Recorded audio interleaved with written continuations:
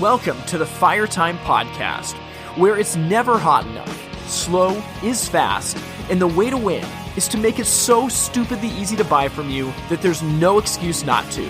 I'm your host, Tim Reed.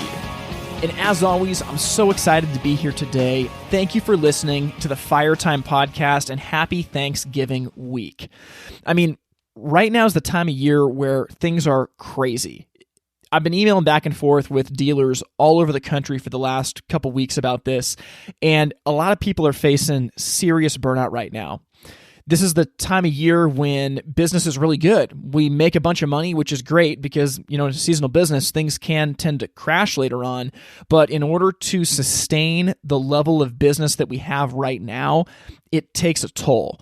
And this is the time of year where a lot of people are late to return emails. They're not calling back their customers the way that they should. Families and loved ones are ignored just because stuff is so busy. And as an owner or a manager or a leader, you're just putting out fire after fire after fire with no room to breathe. So I hope that this weekend you can get a chance to relax, to unplug, and to think about the things that are really important, and honestly just spend some time with the people that you love. I've actually been thinking a lot about the topic of burnout, and I think it's really, really important to talk about it because we have a brutal 4-month stretch of the year. I mean, it can even go longer than that, but man, depending on where you live, from September through January, it can be really, really difficult. And there's a lot of people who need healthy habits just to stay sane during that time. And it's something I definitely want to address later on in the podcast. Now, before we get into today's episode, I want to just make you guys aware of something that's coming up. So 2020 is already starting to fill up for me, and I wanted to give you guys a little heads up to some speaking that me and Grant Falco are going to be doing this year at the HPB Expo. So this year's Expo is in New Orleans, and Expo always goes from Thursday to Saturday, but there's days of education before that. So me and Grant are actually going to be teaching 4 courses back to back to back to back on Wednesday, March 11th. And guys, I am so stoked for this. And so here's the courses that we're going to be teaching.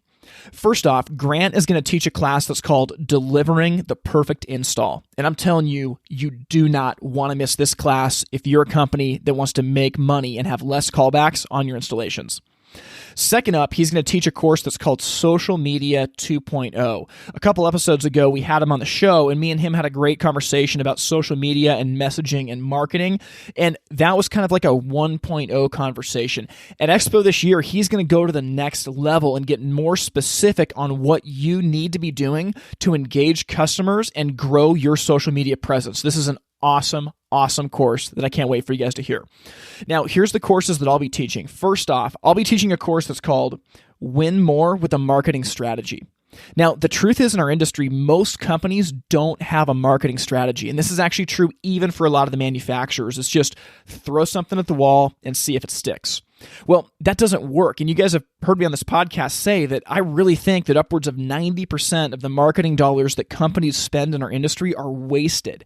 Now, a big part of this is because it's not done with a strategy. It's not done with a purpose. They're not measuring it, and they're not capitalizing what that marketing is doing for them. So the money is wasted.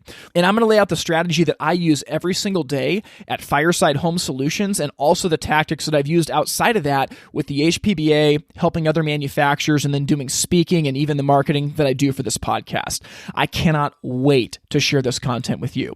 The next class that I'll be doing is called Sales Leadership, and it's all about how building a sales process can grow your company like never before. As a sales leader, there's basic things you can put in place to set your team up for success and hold them accountable that'll make them and you a ton of money and also create a bunch of happy customers along the way. So I can't wait for you guys to hear these 4 courses. Seriously, guys, it's going to be back to back to back to back. Now, the 2 classes that I'm doing are going to be Expo exclusive. Normally, what they do is they record these courses and they make them available online, but my 2 courses aren't going to be recorded. If you want to hear that content, you have to go to Expo. Now, you're going to need to get there a day early, which means you got to fly in Wednesday morning because Grant's first course starts at 11 a.m. But I'm telling you guys, it's going to be worth doing it. I personally think that the education days are the most valuable part of Expo. And I'm not joking that you can make a $500,000 difference in your business by applying what you learn in these courses throughout the rest of the year. Now, in addition to that, there is going to be a live episode of this podcast at Expo this year, along with a meetup. So stay tuned on the details for that, but I'm really, really excited about what's going to be going on in New Orleans. I'm actually bringing my wife out this year, and we're going to just be hanging out, taking a couple extra days just to see the city and hopefully get to chat with some of you guys. So I can't wait for that. Now, with all of that said, we're going to dive into today's conversation. This guest, I feel like she needs no introduction because her father has been on the podcast so much, but I'm actually going to introduce you to Elyse Rethlake, Tim Rethlake's daughter. And as we joke around in this episode, I think that we might have found the best Rethlake. She's someone that's been a legend with the HHT brands, and she also spent some time outside the industry, and I just cannot wait for you to hear the conversation with her where we dive into rethinking the retail experience for customers. Now, as always, we're going to circle back when the conversation's over and I've got some parting thoughts on the interview, but in the meantime, I can't wait for you to hear this conversation. Joining me from Minneapolis, Minnesota is the retail sales manager of Fireside Hearth and Home. I am joined by Elyse Rethlake. How you doing, Elyse?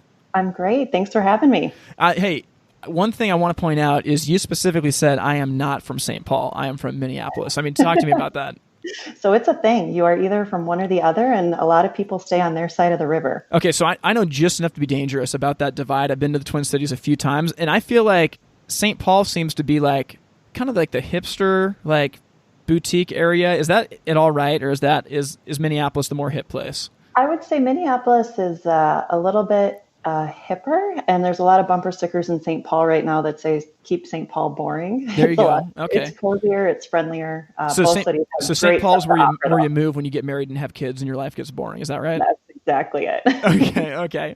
Well, Elyse, your dad has been on this podcast quite a bit, but I got to meet you a few months ago in Minneapolis, and I think it's safe to say that we actually have the best Rethlake on the show today. Is that fair? That is very generous and kind of you. But I think if I am Rethlake 2.0, it's really only because the original is so good. And I have, learned almost pretty much everything I know from him. So yeah, as an 8-year-old, I probably could have, told you my goals for the week and recited the 7 habits to you. Yeah, that's great. I can totally see that happening. So Elyse, you've been around the industry your whole life, obviously, but you stepped away for a few years and came back. Talk to me about that. Yeah, I did. So, as you mentioned, I grew up around the industry and then worked in it for about 7 years. So I had several sales, product management, and marketing roles, but, knew I needed a different perspective. So my experience had been all B2B, and I wanted to expand into B2C. So I stepped out of Hearth and moved over into the power sports industry, doing consumer marketing for snowmobiles for a few years. As you would. And it was eye-opening, truly, not just because I was doing things I've never done and things I probably didn't have any business doing, like snowmobiling on the side of a mountain. Sure. But I think because the industry is so different and yet it's so similar to Hearth. So, from a retail perspective, very similar. Lots of family-run businesses that have been local experts in their markets for years and really just trying to juggle everything at once from, changing consumer dynamics to new products to new regulations. And then the product itself, snowmobiles are discretionary high ticket items, much like fireplaces. And yet it's also really different. So it's a much simpler landscape because there's only 4 snowmobile brands. And then the biggest difference, I think, between power sports and Hearth is the loyalty to those brands. So snowmobile customers are about 80% brand loyal, which is huge. And they buy new sleds frequently. And so that completely changes the type of marketing and content you're creating. So, spending very little time trying to convert new customers and spending the majority of time fostering the relationships we already had with those customers. So then you compare that to coming back to this industry, and in Hearth, I think we have customers who are very passionate for the experience the product brings, but the brand for the loyalty for the brand isn't there. Oh, totally. I'm so glad you said that because I try to say this graciously, but even the biggest brands in our industry, no one knows about and no one cares about. It's just such an obscure purchase, and we cannot rely on our brand equity because honestly, it doesn't exist. Exactly. And so as an appliance, most people can tell you what brand their fridge is, but if it's a fireplace, a lot of times it's like, well, good luck. And so, not only are there a lot of choices for products and brands in our industry, but then also you add the options of where to shop. And you most often have a one-time shot at the customer in your store. And then you add in that it's a complex process. And I think some of that complexity is just innate to putting fire in people's homes. But I think a lot of it is that we've made it more complicated than it needs to be. Yeah, I'm absolutely with you. So what was it that drew you back to the hearth industry? Great question. I think what I really learned is it is so important to feel connected to what you're involved in and what you're doing. And I think I took for granted the warmth and the home piece that our products and our industry provide, because I had grown up with it my whole life. Mm-hmm. And so wanting to come back to that and connect with people over creating space in their home was something that I wanted to do. So coming back to the industry, the position that you're in now is really similar to mine in that you're leading sales teams in multiple stores, and then you're also doing some marketing. We talked about that back at the HHT Summer Summit this summer. And what I'm excited to chat about with you today is rethinking the consumer experience in our industry. And I'm going to go out on a limb and say this, but generally speaking, people in our position and the position of a lot of people in this audience is actually the best position to be in to create an amazing customer experience, because they're the ones who actually know what a consumer wants because they actually work with them every day. And I think there's some opportunity there. That's 100%. So I think the best thing we can do is really listen to and observe our customers, because if we let them, they're going to tell and show us everything we need to know to be successful with them. And so I think really leveraging anybody who interacts regularly with our customers, whether it's our sales or customer service, installers or service techs, and asking them, how are customers talking about this? Or what questions are you repeatedly hearing? Or, where do customers seem to spend time in the showroom? I think that really helps, whether it's writing an Instagram caption or web content to setting up service schedule options or showroom displays. You have a little bit better feel if you're creating or doing things that are going to hit the mark with the customer. One thing that I was thinking about a little while ago, I was with the marketing team of one of the big manufacturers, and we were kind of talking about different ideas. And they kept coming up with these ideas that they say, well, what do you think about this? And I would just say, well, what problem does that solve of the consumer? And they would kind of be stumped. And we'd talk, and it didn't solve a problem. Like, it was kind of creative and it was clever, but it didn't actually solve a problem. And I think that it's so hard when you're working for a manufacturer because you're disconnected from the process. And I think that as we're talking today about rethinking the consumer experience, I think this can actually be championed by brick and mortar retailers that really actually do talk to the consumer, and they understand, hey, these are the problems that a consumer has, and this is how we can start to rethink what we do to solve those problems and actually make it easy and enjoyable to buy from us. Yep, I think that's really well said. And I really like what you said too about being a little bit disconnected. And I think at the same time, maybe being too close to it. And so if you've created a product that you feel very passionate about, but then the way that consumers maybe are reacting to it, or the things that they care about, which are not things that you thought they would care about, it can make it hard to separate out from that. And I even catch myself sometimes on the sales floor thinking we're going in a totally different direction, and then the customer pulls something out, and I'm like, oh, this is what you want to actually talk about. Let's spend some time over here. Oh, so I'm totally with you. I think it was Hemingway that talked about how to be a good writer, you have to be able to murder your darlings, because you love everything you create. Absolutely. And honestly, you got to be able to see the difference between what's good and what's bad, and you got to chop what's bad. So if we take a step back, I want to spend some time talking about the problem. We'll brainstorm solutions a little bit later in the conversation. But what are some things that are quote unquote normal in our customer experience that we've actually brainwashed ourselves into thinking are easier than they are? Yeah. And, I think, Tim, that every business is going to have their own spin on what this looks like for them. But for us, it boils down to a couple things. And I think we could probably sum it up in that it is a crazy process. It's a hard purchase. It's difficult. It's expensive.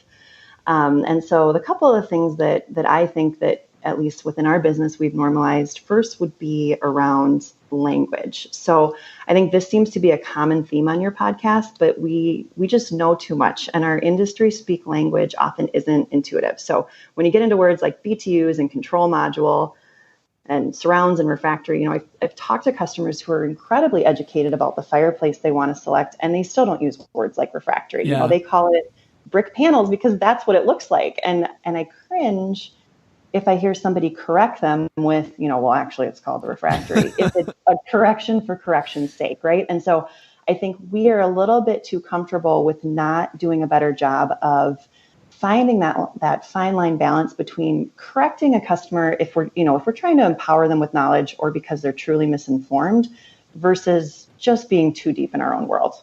Yeah, and with the language thing, I keep thinking about a doctor. Like when I go to the doctor, a number of years ago, I broke my foot playing basketball. And so I go to the doctor because my foot really hurts. And if he just starts giving me all the names of the bones and how the muscles connect to each other and maybe there's a point where that makes sense. But if he's like, well, Tim, your fifth metatarsal connects to the patella tendon, and then it does this and it does this and it brings in this muscle. And did you know that there's actually 5 bones in the foot, and each one that actually doesn't help me. What I need him to do is to say, hey, Tim, I understand how bad your foot hurts. There's actually you have 5 bones in your foot and one of them's broken. Here's what you can do to get better, and we can help you with that. That's really what I need, because at the end of the day, the doctor, if you think about the end goal, man, begin with the end in mind, right? What's the doctor trying to do? The doctor's trying to help heal me. He or she is not trying to give me an education so that I can recite the 17 bones in the foot. Right, or go be a doctor yourself with all the medical terms you've learned. Totally. Yeah, so I'm with you. I think the language is a big one, and we take so much of it for granted. I mean, BTUs is a big one. I think about signage in our showrooms, and I mean, I don't think I have this figured out, but pricing is so tough, right? I've worked for dealers that say, don't put pricing up in the showroom. That's the power of the salesperson. They got to come to you. And I actually think it's just wrong that if I go into a place and there's no pricing, I'm sitting there thinking what are they hiding from me?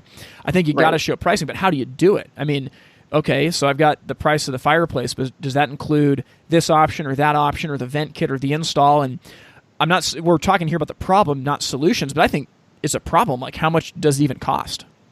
Exactly. And I think that then ties into, if you solve that problem, then that creates the other problem of, well, then what does your sales process look like? And how are you helping and enabling your teams to make sure they're able to communicate the value to the customer? And so it definitely starts to snowball pretty quickly. And so I think that's part of what makes it complicated. Yeah. And I think as a consumer, and this is a stereotype, but I think that there's a lot of truth to it for dealers. But you think about normal customer experience is when they first hear about the idea of a fireplace, where's the first place that they go? Online. Right, so they probably end up on the manufacturer's webpage, and I'm just going to go out on a limb and say most manufacturers have a confusing website that doesn't help people. So they get confused, and a lot of them just hit the back button and never even think about a fireplace again. But some people are just they push through and they think, yeah, okay, this could help me. I'm kind of confused. I don't get this terminology, but maybe they click on the local dealer or they download a coupon or whatever it is. So then they end up on the local dealer's webpage, which very often is more confusing than the manufacturers. And they've spent all this time researching, and they're just confused. So again, we lose a lot of people to this, but the folks who are still left, they drive 30 minutes to go to your showroom, and if they're anything like mine, your showrooms are hard to find, and there's not much parking. And I mean, and I'm just thinking about me and my family, for us to get my wife and the kids on a Sunday to go somewhere, it's an act of God. Really, I mean, we have a commitment and a half. That's right. So you go here, you've gone through all this headache on the front end so far of being confused, you've driven to get there, and then you go to the showroom and you get talked to for 30 to 45 minutes, and you're confused about BTUs and zero clearance fireplaces and micro mesh versus standard mesh and CFMs and vertical termination, all these things. And I know I'm being hyperbolic here, but this is what happens a lot of the time. And so you get to the end of it as a consumer and you go, perfect, how much is it going to cost me? And most folks go, well, we'll get the estimator out there next week to come out and bid your job for you, and they'll tell you everything that you need. And then as the consumer, you're like, well, wait a minute, I've already spent all this time online. Yeah, what did I just do for the last? I've driven down there, I've spent 45 minutes, and you're going to, so then you wait 5 days to a week and a half later for the estimator to show up, and hopefully they show up on time. They're at your house, and you're getting really excited. Okay, hey, they're measuring everything, and they say, you know what, this fireplace is going to work. And you as the consumer go, perfect. How much is it going to cost me? And the estimator goes, well, we're going to go back to the office. We'll crunch those numbers, and we'll get right back to you. I mean, is this...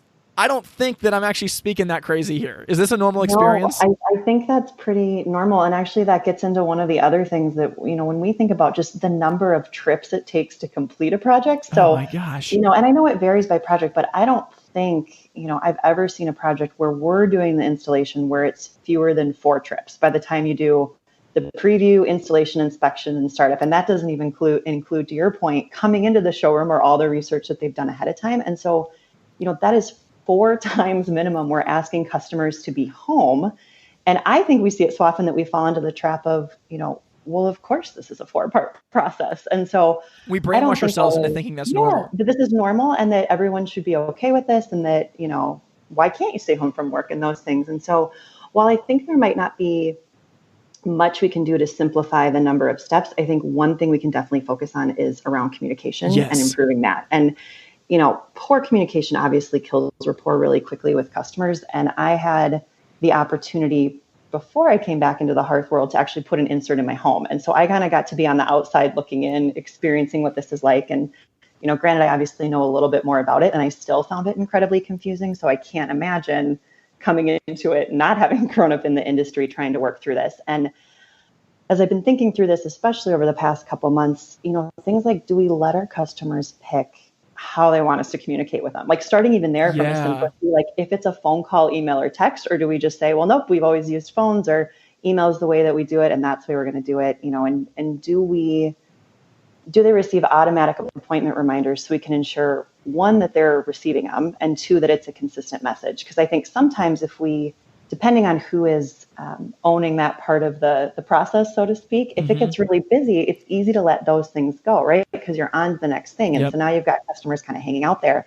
And then a big one for me is like, do we follow up after the installation, or do we follow up at the end of the season to see how it went? Or does it feel very much like a one and done, I sold you, and now you're on your way? And then probably the other big opportunity under the communication umbrella that I see is really letting customers know, who is coming to their home, and sending a photo, a name, or a short bio so that that person is comfortable and well informed about who to expect, especially I think a lot of times it's women alone in a home when they're waiting for these calls. Not saying that it's, that men like to be comfortable too, but it's just different. And then when that person arrives, are they wearing clean apparel that has the store brand, so that our customers really know that we are who we say we are? Yeah. And I think that the thing that I don't want people to misunderstand is that I don't think we're saying that this is not a complex product, because it is. And I've been knocked before when I go and talk to companies and groups about making it easy, where people say, well, you're just trying to, commoditize us like everybody else. And that's not it at all. We do sell a complex product, and I think that there's actually a lot of beauty in that. It's the reason that we haven't been disrupted yet by Amazon or someone else. But just because we sell a complex product doesn't mean there aren't things we can do to simplify the customer experience, or at least be very clear in setting the right expectations. And I think that that's probably what a lot of it comes down to.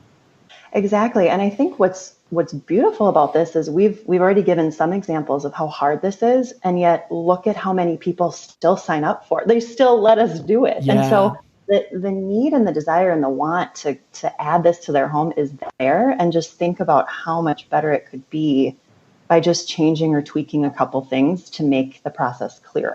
I'm with you. And I think that this goes back to the curse of knowledge, that the longer we do this, the harder it is for us to see the way that things used to be before we knew about all this. It's harder for us to think like the customer does. And frankly, I think that most companies in our industry are kind of blind to the experience the customer wants to have because they're too close to what they do. Yep, 100% agree with you. Well, let's start from the beginning and let's brainstorm this. So if we understand that the first place that people are going to go to encounter any of our companies is the internet, what should the web experience be like for a customer? Yeah. And, I really like, Tim, that you're thinking about it in terms of the overall web experience, because I think sometimes our tendency is to think just about a website and we kind of get really stuck there. Yeah. And it's just so much broader than that when you think about website or online reviews and social media. And so, granted that each channel is going to serve a different purpose, at the end of the day, the web experience really is usually your first impression with a customer. Mm-hmm. So I like to think about it as it really should be consistent, easy, valuable, and help create a connection. So I like that.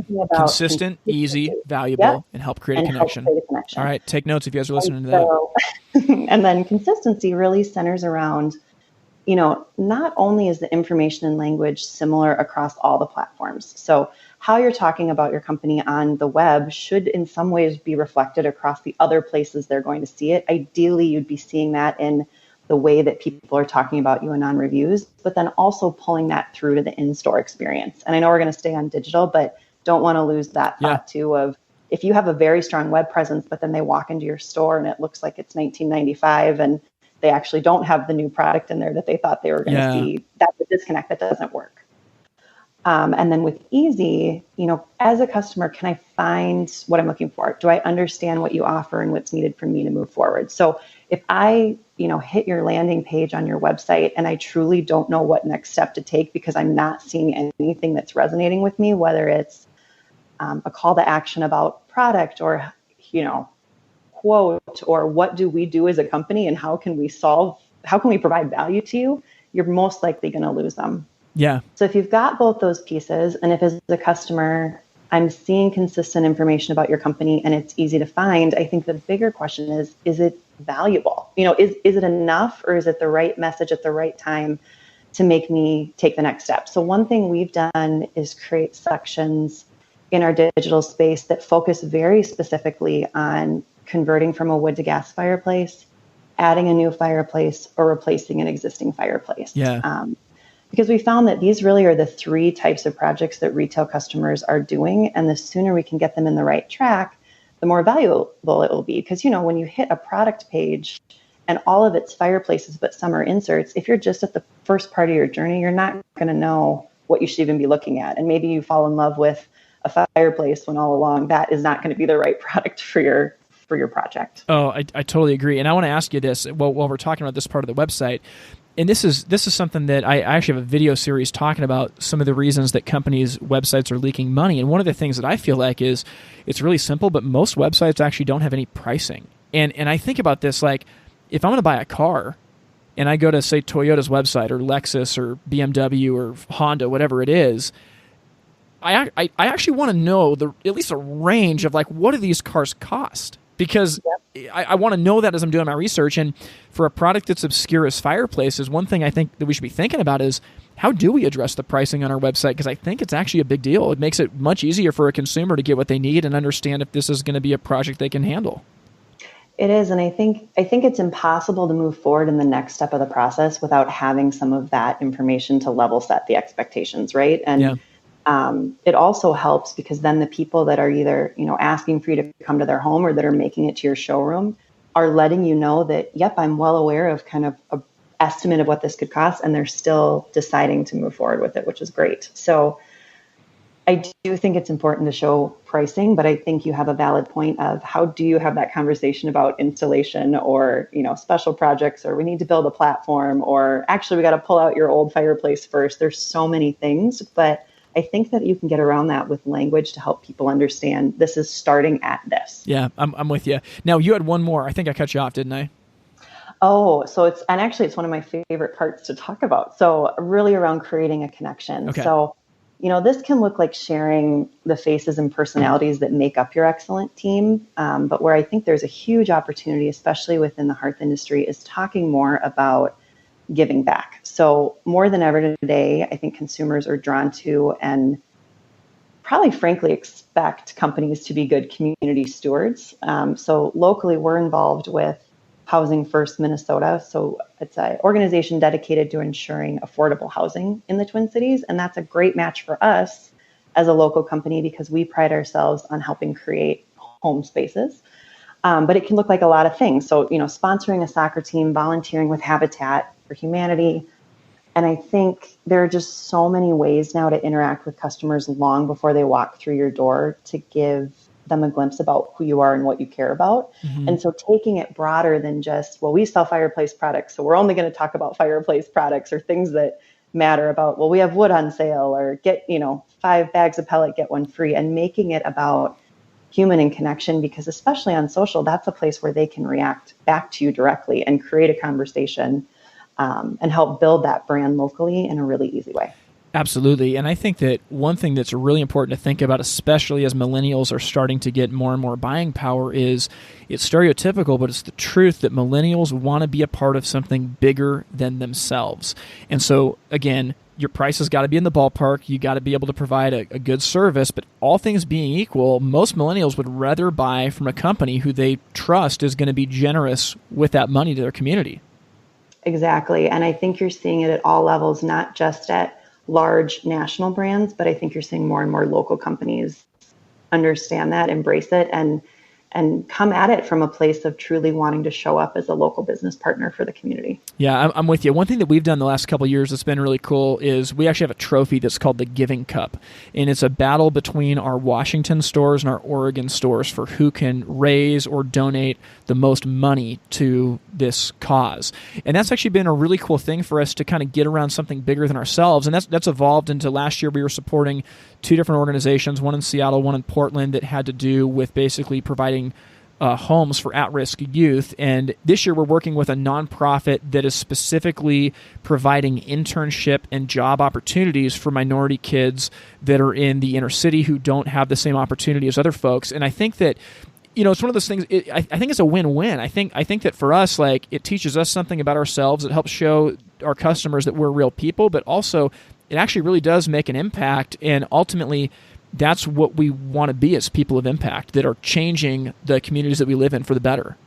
Absolutely. And I don't think you can underestimate what it does for the culture of your company too, right? And knowing that for your salespeople or your service, they are part of something bigger as well. And so I know we've been talking about it from a customer perspective, but I think it can have a tremendous positive impact to say, yep, we live here, we work here, and we want to give back. We'll get back to our interview with Elyse Rethlake in just 1 minute. Hey, if you've been listening to this podcast for the last month or so, you've heard me talking about our free video series that's called 3 Reasons Your Website is Leaking Money.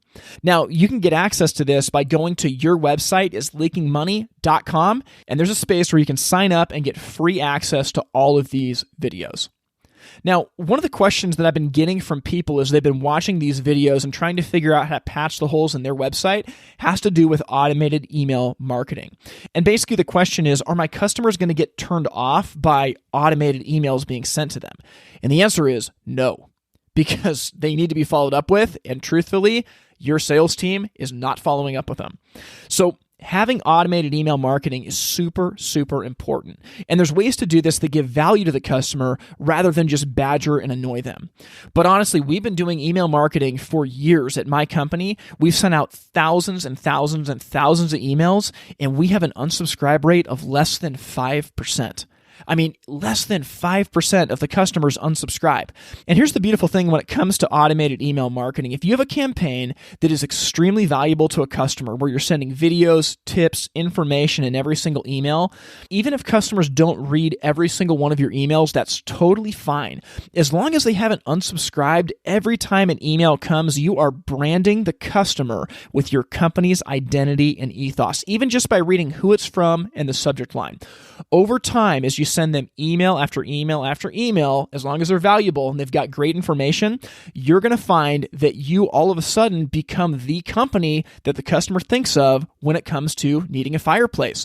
The reason why is that you're the only company that has invested in them again and again and again and again. I've personally had countless examples of customers that we have won business on when really we were higher priced than other companies. But because we were the ones that gave them the information that was valuable, we followed up again and again and again. They chose to do business with us. So to answer the question, yes, automated email follow-up is extremely important. Now, you need to make it valuable to your customer, but if you can do this, you're going to find out that there's all kinds of customers who are slipping through the cracks because they were never followed up with. So I hope that helps answer the question. If you want to get more information like this, you've got to check out the video series, 3 Reasons Your Website is Leaking Money. You can get access to that by going to yourwebsiteisleakingmoney.com. Now, circling back to the consumer digital experience, one thing to think about is that all of us live in the real world. We've all got Netflix. We all use Uber. Our own consumer behavior has proven that we want speed and convenience. I mean, our own consumer behavior has proven it. But generally speaking, our industry hasn't adopted those habits, has it? No, it hasn't. And I do think part of that is because agility is hard, but I think it's especially hard when we are wearing multiple hats in a business, Sure. like most of us are. And a saying I usually come back to is, I can do anything, but I can't do everything. And so as we talk about this before, I think it's in our best interest to really listen to and observe our customers, because I think that can help show which changes might have the biggest impact. So, are there things we want to change in every area of our business? Of course. Yes.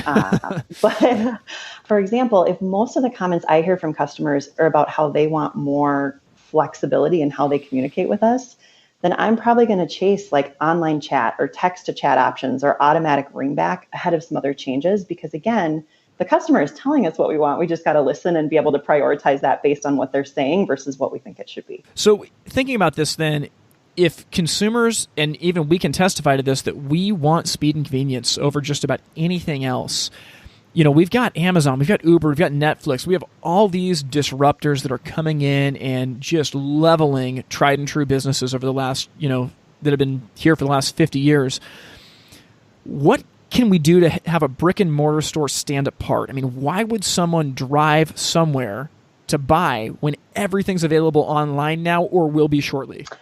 Yeah, that's a great question. But, I do think we're very lucky to have products that are so visual and emotional. And so to your point, yes, our customer is going to do most of their research online. Do they expect to be able to do most things online? Yes, but I think they are still going to come to brick and mortar stores specifically for that sensory element with our products. And then if they're going to do that, like you said, if they're going to like take the marathon of getting a couple kids in the car and come out on a Sunday, our part of that then is creating a welcoming and inviting space for them to come to. And so I think if we're not keeping up with design trends in our showrooms or helping inspire customers to imagine what the products could look like in their own homes, then brick and mortar does start to lose its value really quickly, because now we aren't giving them something that they couldn't have gotten potentially either online or watching a video or just walking over to their neighbor's house who happens to have a fireplace.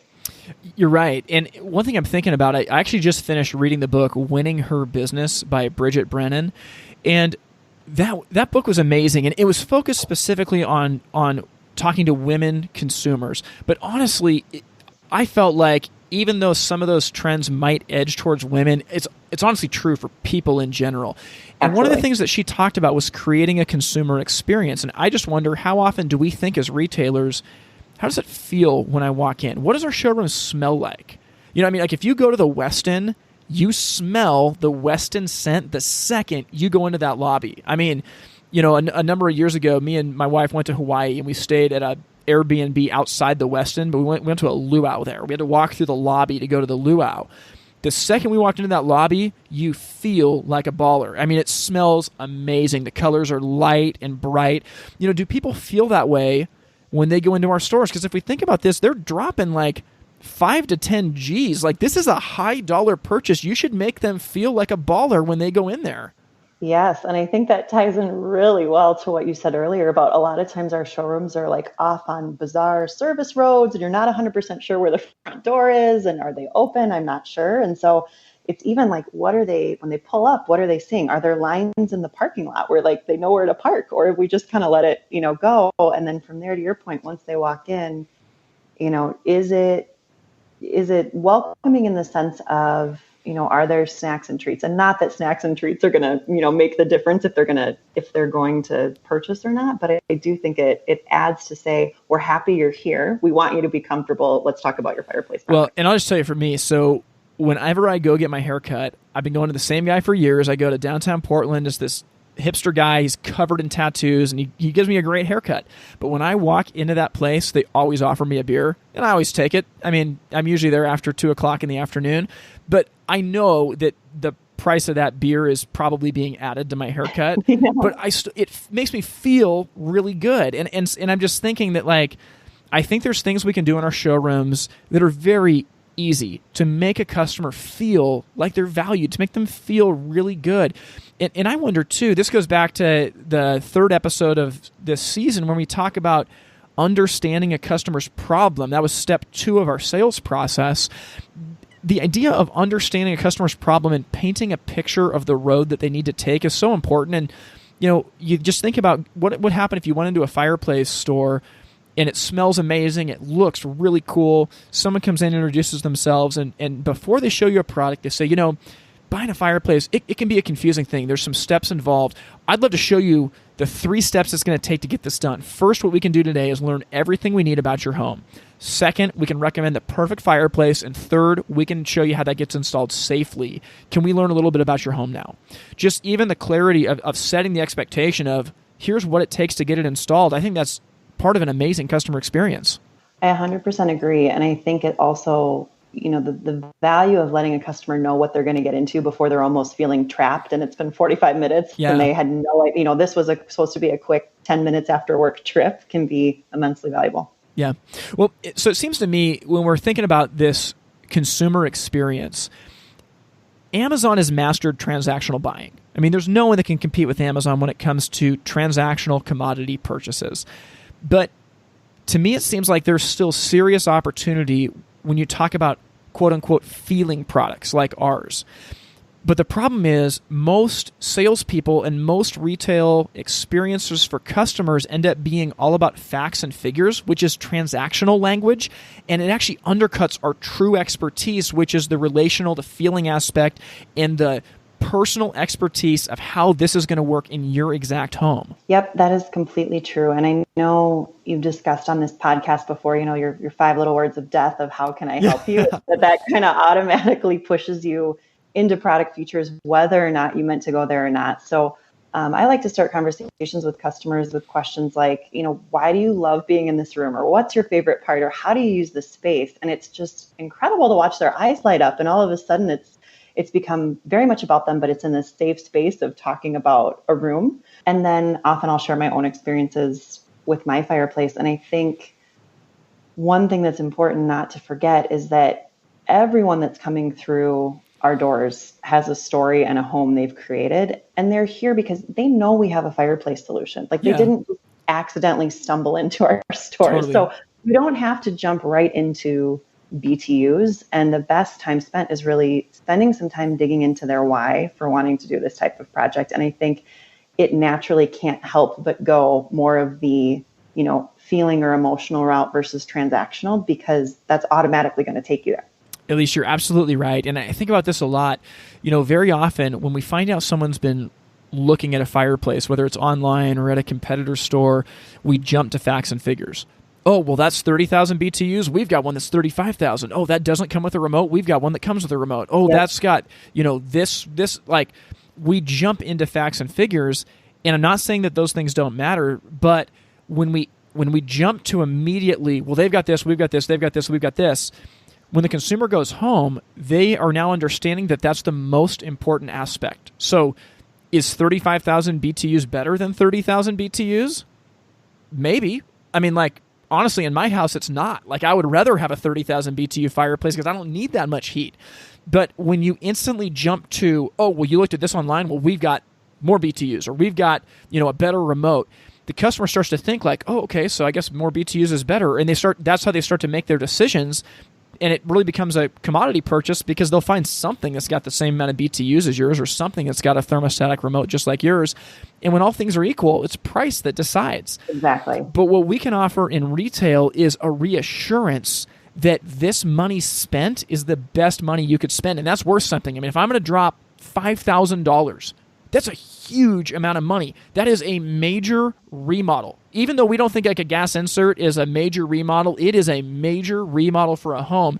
And me as a consumer, or my wife as a consumer, we are terrified that we're going to make a mistake. And that's where we can jump in and actually say, you know what? We've helped a lot of people in this exact same situation. Just last week, we put an insert in, 3 blocks away from your house, and it absolutely help these people. We can do the same thing for you. We can reassure them based on our experience and the solutions that we've provided in a way that online, Amazon or whoever else is not able to. Exactly. And I think part of that is standing up and not being afraid to say that we aren't the Amazon of fireplaces. We don't want to be. And I think the reasons you just gave are the reasons for that. And when you take it transactional, and like you said, it does become about price, then you've almost completely lost your opportunity to talk at all about yourself as a company, because those two things don't jive together. Mm-hmm. You can't talk about remotes and then turn around and say, and also we love being part of the community. And so if you're starting there, then that's opening up that relationship building already. And then to your point, it's not that those parts of the product don't matter, but it's solving the problem. It's not the solution. Yeah, absolutely. So I want to ask you one last question before we sign off here. And I want to ask you, Elyse, in general, how do we rethink retail to engage with today's consumer and stand apart from the typical hearth retailer experience? I'm going to nuance this question just a little bit. So if someone's listening and they're thinking, man, we are hard to buy from. Man, we've got these complicated processes. Man, I guess that we do use language that doesn't make sense. Where do you start if you're on this journey? Maybe you're in a family business that's slow to change. Where would you start? Yeah, so I like to think of it within 3 categories. And I usually find myself going back to these 3 things each time we're discussing any change we want to make to our business. So, we've already talked about that it's great to get input from customers as you're hearing things to kind of drive that. But then when it comes down to actually deciding, what are we going to do or not do, we'll ask, does this make it easy? Does it give inspiration, or does it build confidence? And so as I'm thinking through that, from an ease perspective, time seems to be a recurring thing that many people feel like they don't have enough of. And we've already talked about how adding a fireplace to the home can include a lot of steps. And so when we talk about easy, I'm thinking about it as like, how are we knocking down the roadblocks through the process? So this could look like, intuitive navigation on the website. Can we help them find information faster? Do we offer weekend or after work hour appointment times? Or do we say, sorry, it has to be between 9 a.m. and 4 p.m. and too bad that you work? Do we provide in-home consultations? More and more people are saying, I don't want to come to your showroom, but I do want to interact with somebody who can walk me through this process. Yeah. I need to learn more. And something as simple as, I know we've talked about it a couple of times, but texting customers or giving them an automatic callback option. I don't want to stay on the phone for 40 minutes trying to schedule a service call. Please call me back. Yep. Wow. So that was easy. And next up was inspired, right? Yeah. So I think people often buy for an experience. So, obviously our customers are buying a solution that also provides heat, but when you talk to them about their fireplace, they'll often say things like, I love curling up to it on a winter night, or being in front of it is the best part of the holidays. So I think it's crucial to keep showrooms updated. And as we listen to customers, the solution we provide should feel really personal and customized just for them. So as your sales team is talking, continue to bring it back to, because you said, or you mentioned this, to make it feel like this is not just another cookie cutter. Yes. Hey, we've put 300 inserts in and we're just going to do the same thing for you. Yep. That's really good. And then lastly, from a confidence perspective, we want them to feel great about the thousands that they're investing. So we want them to know that they have got the right solution tailored for them and that they trust that we're the ones that can do it. And so this can include things like, user-friendly, transparent quotes, or investing in the right tools to get lots of high-quality online reviews, flawless communication, or even appointment reminders or post-sale follow-up, things like that. Yeah, and I mean the reviews one is such low-hanging fruit, and the truth is that I think that's where all of our equity should be, is in those reviews, and they're hard to get. There's no way around it. They're hard to get, but we can complain all we want about how Yelp and Google aren't fair and things get deleted, but that's the judge and jury in consumers' minds. And it's the same way for us. Like if me and Jessica are going to go get Thai food at night, we're going into Google Maps and just punching in Thai food.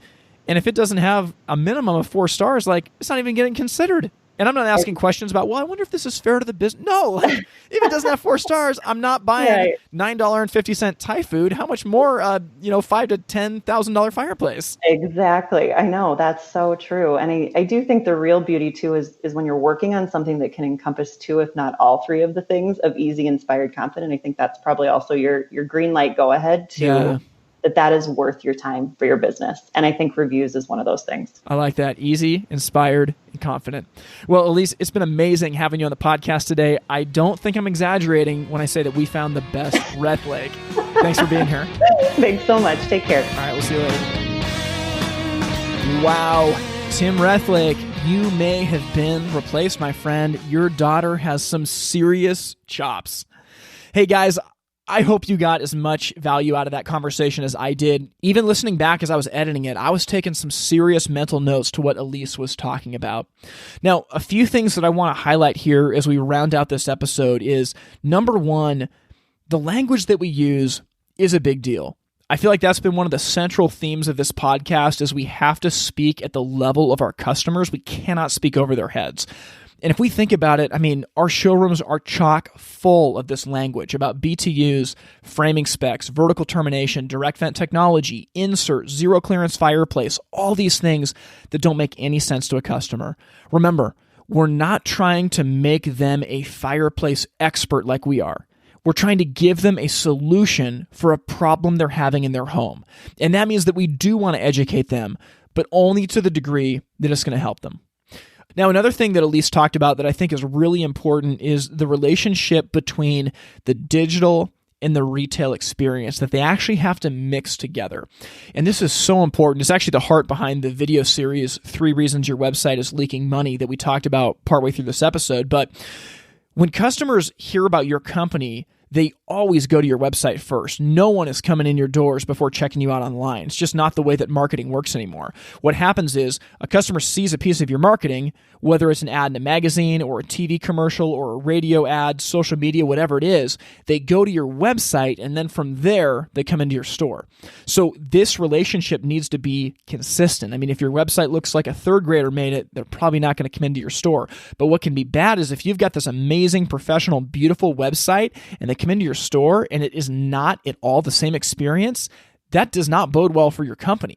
So some things to think about. This is what we've done. So we operate on a very, very simple system. We have the same customer plan on our website that we do in the showroom. And it hinges around 3 things. We always try to tell our customers our goal is step 1, we want to get you an estimate for your project. Step 2 is that we'll come out for a free in-home visit. And step 3 is we're going to perform an easy and safe installation.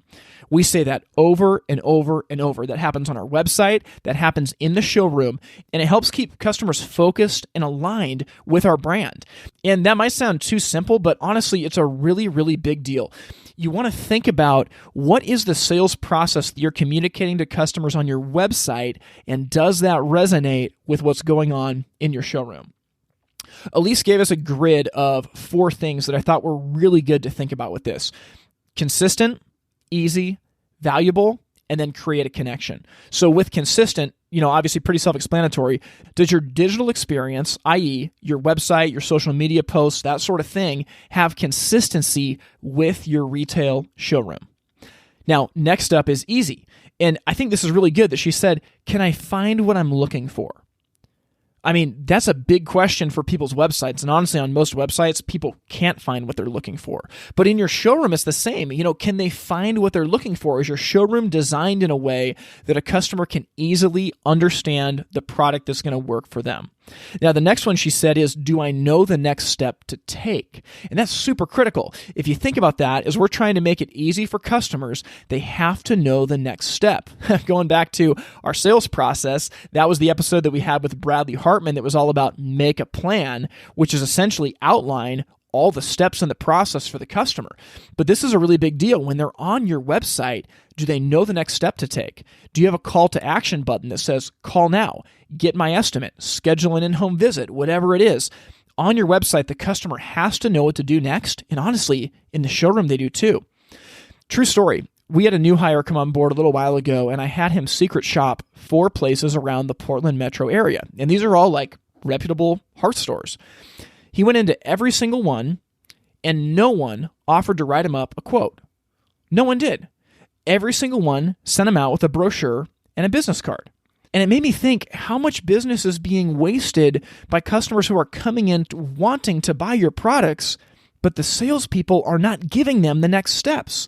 And that's one thing that we feel like is really important in our store is we're not perfect at this, but if someone comes into the store, my goodness, we are going to get them a quote or get them into an in-home visit or do something to paint the next step in the process so we can keep their momentum moving towards the purchase.